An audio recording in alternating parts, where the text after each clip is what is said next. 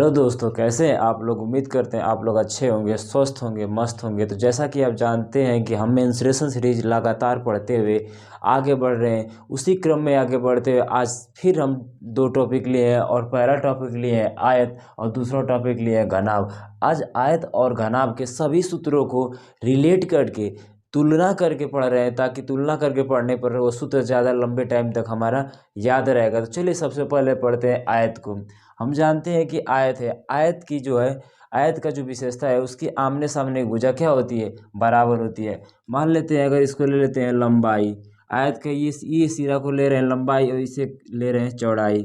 तो अगर लंबाई यह है और चौड़ाई है, तो आयत का क्षेत्रफल निकालने के लिए पहला सूत्र, आयत का क्षेत्रफल निकालने के लिए क्या करेंगे, लंबाई को गुणा कर देंगे किस में, चौड़ाई में। तो पूरे भाग का क्षेत्रफल निकल जाएगा। पूरे लंबाई और पूरे चौड़ाई गुणा कर देंगे तो पूरे भाग का क्षेत्रफल निकल जाएगा। तो आयत का क्षेत्रफल का सूत्र क्या बनेगा, लंबाई और गुणा क्या बनेगा, चौड़ाई। आयत के क्षेत्रफल का सूत्र बनेगा लंबाई गुणा के चौड़ाई। चलिए इसी तरह से घनाभ में, आयत एक 2D फिगर है, इसमें केवल लंबाई और चौड़ाई आती है। लेकिन जो घनाभ है ना, ये घनाभ 3 डायमेंशन फिगर है, इसमें लंबाई चौड़ाई के साथ साथ क्या आती है, ऊंचाई भी आती है। तो चलिए घनाभ का इस सिरा को ले रहे हैं लंबाई, इस सिरा को लिख रहे हैं लंबाई, और ये जो है इसकी घनाभ की क्या है, चौड़ाई है। हम जानते हैं घनाभ घनाभ ऐसा होता है, घनाभ बक्सा की तरह होता है। घनाभ में लंबाई और घनाभ में चौड़ाई और घनाभ में ऊंचाई तीनों अलग अलग होती है, ठीक। वर्ग रहता है तो उसमें वर्ग में क्या होता है, वर्ग की जो दोनों भुजा होती है, लंबाई चौड़ाई एक ही होता है, तो उसका वर्ग का भुजा ए लंबाई भी होती है चौड़ाई भी होती है, उसका ए स्क्वायर। उससे उसको रिलेट किए थे घन से, क्योंकि घन का भी तीनों सिरा समान होता है, सब तीनों सिरा लंबाई भी ए चौड़ाई भी है और ऊंचाई भी है, इस वजह से उसका सूत्र बन रहा था एक ही। लेकिन यह आयत का दोनों अलग अलग था, तो इसलिए लंबाई गुणा चौड़ाई यहाँ से आयत का निकालिए। और घनाभ का उसी तरह से लंबाई अलग होती है, चौड़ाई अलग होती है, और ऊंचाई क्या होती है, अलग होती है। इसकी लंबाई अलग, इसकी जो लंबाई है वो अलग होती है, और इसकी जो लंबाई होती है वो अलग अलग होती है। तो इसका जब सूत्र निकालेंगे क्षेत्रफल का, तो क्या करेंगे, लंबाई गुणे चौड़ाई गुणा के ऊंचाई। तो घनाभ का आयतन, ऊंचाई आ जाती है वॉल्यूम, वॉल्यूम होता है, तो इस वजह से इसको पढ़ते हैं घनाभ का आयतन। तो घनाभ के आयतन का सूत्र बनेगा लंबाई गुणा के चौड़ाई और गुणा के क्या, ऊंचाई। घनाभ के आयतन का सूत्र बनेगा लंबाई गुणा के चौड़ाई गुणा के ऊंचाई। चलिए अब देख लेते हैं आयत का परिमाप। आयत का परिमाप का मतलब साइड वाली रेखा को अगर जोड़ देंगे तो आयत का क्या निकलेगा, परिमाप निकलेगा। तो ए भी एक लंबाई है आयत में, एक डीसी लंबाई है आयत में, और चौड़ाई एक बीसी है, और चौड़ाई एक आयत में क्या है, एडी है। तो चलिए दो लंबाई है तो दो लंबाई ले लेते हैं। आयत में दो को लंबाई है और दो कितना है, चौड़ाई है। दो लंबाई, दोनों से अगर दो कामन निकालें तो क्या बचेगा, लंबाई धन क्या बचेगा, चौड़ाई बचेगा। तो आयत का परिमाप का सूत्र हो जाएगा 2 ब्रैकेट में यल प्लस बी। इससे भी और डिटेल से पता है, पिछले वीडियो में जाकर आप देख सकते हैं। चलिए अब पढ़ते हैं घनाभ का पृष्ठीय क्षेत्रफल। जिस हिस्से को इसमें परिमाप बोलते हैं, उसी हिस्से को इसमें पृष्ठीय क्षेत्रफल बोलते हैं। घनाभ का पृष्ठीय क्षेत्रफल का मतलब ये कि घनाभ अर्थात बक्सा, बक्सा का, अच्छा जैसे घन में 6 गो सिरा होता है, उसी तरह घनाभ में भी 6 गो सिरा होता है, ठीक।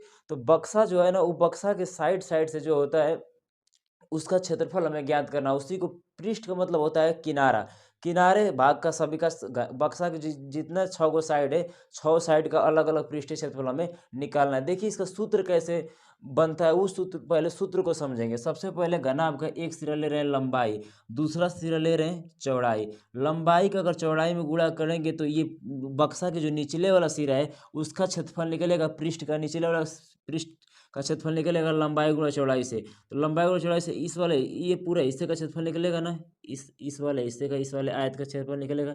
चलिए लिख देते हैं यहाँ पर यल बी, क्या लिख देते हैं, लंबाई गुणा चौड़ाई। इसी तरह इस बक्से के जो ऊपर वाला हिस्सा है, ये है, ये लंबाई है और ये क्या है, चौड़ाई है। निचला वाला हिस्सा ये था, ऊपर ऊपर वाला हिस्सा ये लंबाई हो गया और ये क्या हो गया, चौड़ाई होगा। जब इसका इसमें गुणा करेंगे तो बक्से के ऊपर वाला का पृष्ठ क्षेत्रफल निकल जाएगा। तो इसमें फिर जोड़ देते हैं क्या, लंबाई और चौड़ाई को। तो ऊपर वाला का सिरा भी निकल गया और नीचे वाला सिरा भी निकल गया। अब देखते हैं चौड़ाई के हिसाब किताब करते हैं। जो साइड से है, ये जो साइड से ये वाली है, साइड से ये रेखा, ये जो साइड से है दीवार बक्सा में, ये जो साइड से है इसका हिसाब करते हैं। ये चौड़ाई है, ये ऊंचाई है।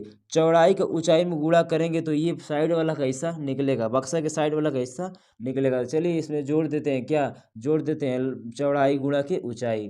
BH, ठीक। उसी तरह से बक्से का एक इधर बायां वाला साइड था, उस तरह से बक्से का दाएं भी साइड होगा, तो वह भी क्या होगा, BH होगा। तो इसमें भी क्या जोड़ देंगे, BH, क्योंकि यह B है तो यह भी है, यह H है तो यह भी क्या होगा, H है। तो H कभी में गुणा करके तो साइड वाला हिस्सा, ये वाला हिस्सा पूरा निकल जाएगा। तो BH और BH इसमें और जोड़ दे, क्योंकि हमें पृष्ठीय क्षेत्रफल, सभी किनारों का क्षेत्रफल हमें निकालना है। चलिए आगे बढ़ते हैं, इसमें देखते हैं और क्या क्या जुड़ता है। अब यहाँ पर हमारा, अब इस लंबाई का तुलना इस ऊंचाई से करेंगे। ये लंबाई है और ये क्या है, ऊंचाई है। तो ये ऊंचाई है ना, तो लंबाई है किस से, ऊंचाई से, क्योंकि अब ये जो है ना, इस हिस्से का बात करेंगे, इसका, ये वाला साइड का, इस साइड का बात करें तो लंबाई का गुणा किस में करेंगे, चौड़ाई का। तो इस भाग का क्या निकलेगा, क्षेत्रफल निकलेगा। तो यहाँ कर देंगे लंबाई और क्या, ऊंचाई। और इसमें जैसे ये बक्से का ये वाला साइड है, उस तरह उधर भी तो एक साइड होगा, तो ये ऊंचाई है। और जैसे ये लंबाई है ना, उसी तरह यह क्या है, लंबाई है। ये वाला सिरा का है, लंबाई है। तो लंबाई गुणा ऊंचाई करेंगे तो ये पूरे भाग का क्षेत्रफल, ये पूरे भाग का क्षेत्रफल हमें मिलेगा। तो एक और जोड़ेंगे इसमें, लंबाई और ऊंचाई, ठीक। अच्छा, यल बी और यल बी, कितना यल बी, 2 यल बी, 2 यल बी। BH और BH, कितना BH, +2 BH। BH मतलब लंबाई, लंबाई गुणा के ऊंचाई। LH और HL, कितना LH इस बक्से में, 2 LH, अर्थात 2 गुणा के लंबाई गुणे ऊंचाई। सब में 2 कॉमन है ना, 2 को कॉमन निकाल लीजिए, क्या बचेगा, LB बचेगा, और क्या बचेगा, BH बचेगा, और क्या बचेगा, LH बचेगा, ठीक। तो यही हमारा फाइनल सूत्र बनता है, घनाभ का पृष्ठीय क्षेत्रफल का सूत्र बनता है 2 प्लस BH प्लस HL चाहे LH, ठीक। घनाभ का पृष्ठीय क्षेत्रफल का यही सूत्र बनेगा। अब देख लेते हैं आयत का विकर्ण। आयत का विकर्ण मतलब, इस आयत में विकर्ण नहीं तो इस आयत में क्या बना लेंगे, विकर्ण बना लेंगे। कुछ समय के लिए इस हिस्से को भूलेंगे तो ये कर्ण का काम करेगा। ये त्रिभुज, जो त्रिभुज ADऔर C है, ये त्रिभुज में ये जो बड़ी रेखा है, ये कर्ण का काम करेगा।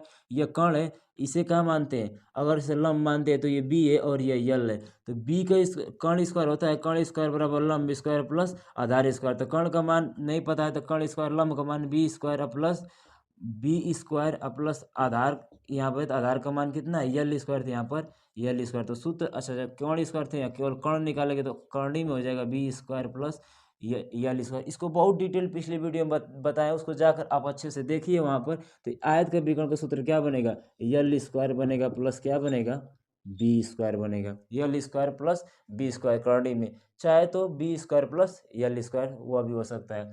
अब घनाभ का विकर्ण, उसमें केवल लंबाई और चौड़ाई था, तो केवल लंबाई और चौड़ाई आ रहा था अंडर रूट में। इस घनाभ में लंबाई चौड़ाई के साथ साथ ऊंचाई भी होता है ना, तो इसमें आ जाएगा करणी में L square plus B square और plus H square. L square plus B square plus H square, घनाभ के विकर्ण का सूत्र यह बनेगा। तो चलिए, आपको ये वीडियो कैसी लगी, उम्मीद करते हैं आपको वीडियो अच्छी लगी होगी, क्योंकि हम सभी सूत्रों को प्रूफ करने की कोशिश किए हैं कि सूत्र आखिर किताब में डायरेक्ट लिख देता है, इस सूत्र को कैसे हम निकाल पाएँ।